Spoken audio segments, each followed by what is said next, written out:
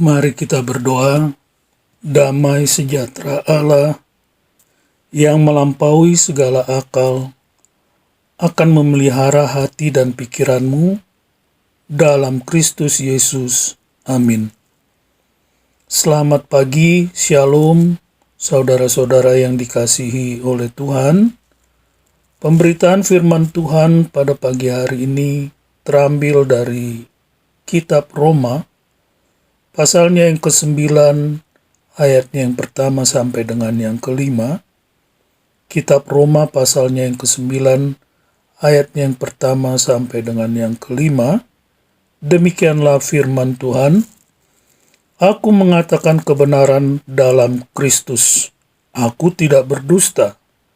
Suara hatiku turut bersaksi dalam Roh Kudus bahwa aku sangat berduka cita dan selalu bersedih hati. Bahkan aku mau terkutuk dan terpisah dari Kristus demi saudara-saudaraku, kaum sebangsaku secara jasmani. Sebab mereka adalah orang Israel, mereka telah diangkat menjadi anak, dan mereka telah menerima kemuliaan dan perjanjian-perjanjian dan hukum Taurat dan ibadah dan janji-janji. Mereka adalah keturunan bapa-bapa leluhur yang menurunkan Mesias dalam keadaannya sebagai manusia yang ada di atas segala sesuatu.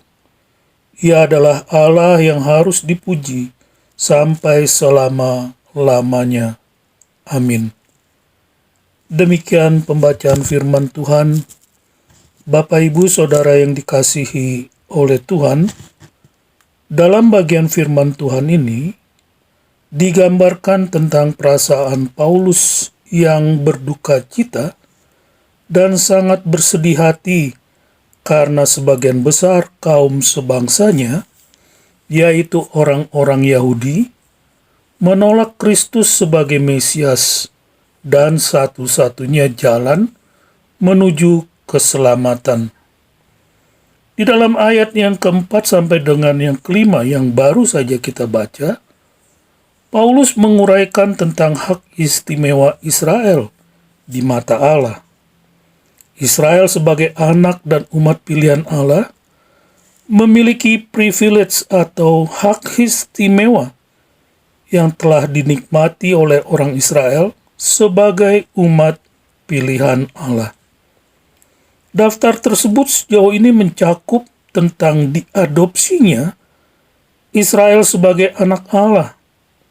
Mereka adalah saksi bagi kemuliaan Allah. Mereka adalah umat perjanjian, penerima hukum Taurat atau hukum Musa, dan menerima janji-janji Allah melalui Abraham, Ishak, dan Yakub, bapa leluhur mereka. Dan yang melalui garis keturunan mereka lah Mesias itu datang di dalam keadaannya sebagai manusia. Bapak, Ibu, Saudara yang dikasihi oleh Tuhan, lebih jauh Paulus menulis bahwa Kristus pada kenyataannya adalah Allah atas segala sesuatu dan yang diurapi oleh Allah dan diberkati.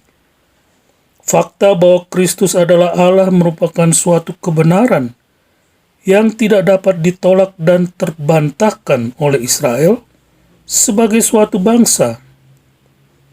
Oleh sebab itu mereka telah kehilangan Mesias yang sesungguhnya, yang telah datang melalui peristiwa inkarnasi sebagai anak manusia yang sama dengan daging.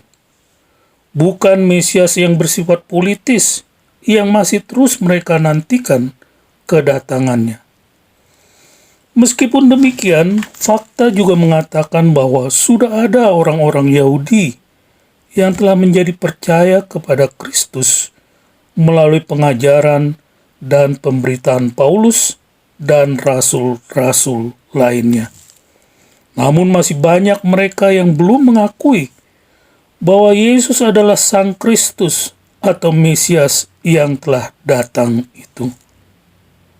Bapak, Ibu, Saudara yang dikasihi oleh Tuhan, Paulus kembali menegaskan bahwa kasih Allah yang begitu besar telah mengutus anaknya sendiri ke dunia sebagai keturunan Abraham dan Daud.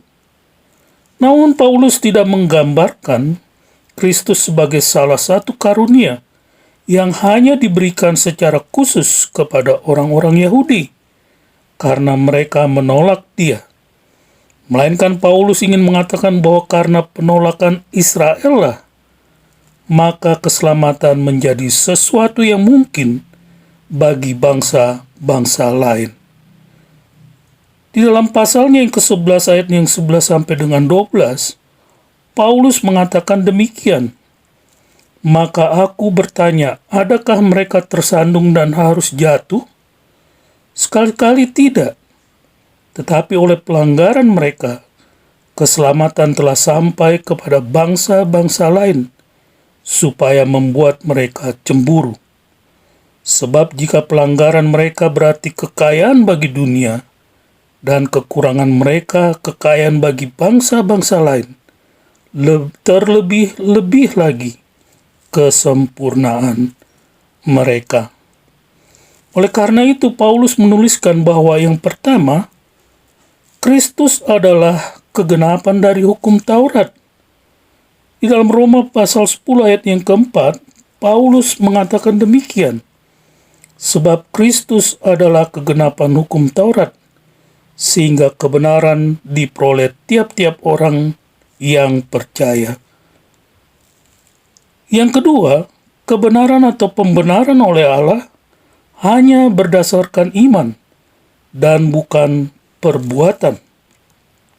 Di dalam Roma pasal 9 ayatnya yang ke-30 sampai dengan yang ke-32, Paulus mengatakan demikian. Jika demikian, apakah yang hendak kita katakan? Ini, bahwa bangsa-bangsa lain yang tidak mengejar kebenaran telah beroleh kebenaran, yaitu kebenaran karena iman. Tetapi bahwa Israel sungguh pun mengejar hukum yang akan mendatangkan kebenaran, tidaklah sampai kepada hukum itu. Mengapa tidak? Karena Israel mengejarnya bukan karena iman, tetapi karena perbuatan. Mereka tersandung pada batu sandungan. Yang ketiga, yang disebut Israel bukanlah didasarkan pada keturunan daging. Di dalam Roma pasal 9 ayat 8 sampai dan ayatnya yang ke-16, Paulus mengatakan demikian. Artinya, bukan anak-anak menurut daging adalah anak-anak Allah, tetapi anak-anak perjanjian yang disebut keturunan yang benar. Jadi hal itu tidak tergantung pada kehendak orang atau usaha orang, tetapi pada kemurahan hati Allah. Nah, Bapak Ibu Saudara yang dikasihi oleh Tuhan, dengan demikian, maka kesimpulannya adalah ini.